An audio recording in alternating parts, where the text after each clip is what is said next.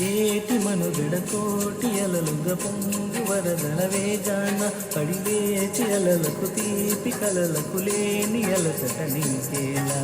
నల్ల నల్ల నీళ్ళలోన ఎల్లకిల్ల పడ్డట్టున్నాళ్ళు మల్లో ఒక సణ చుక్కల్లో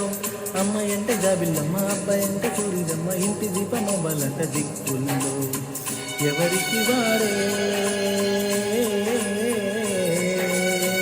యములకు నీరే రేపు మీద నావదంట నావతోడు రేవుదంట పంచుకుంటే గోరు గుంతవాల గాని గోపురానికి స్వరాలు గనగన గంటలే మోగనేలా గోపు బాలలొచ్చినాక గోపురానికి పిలాల పిలకిలా పువ్వులే పుట్టలేదా.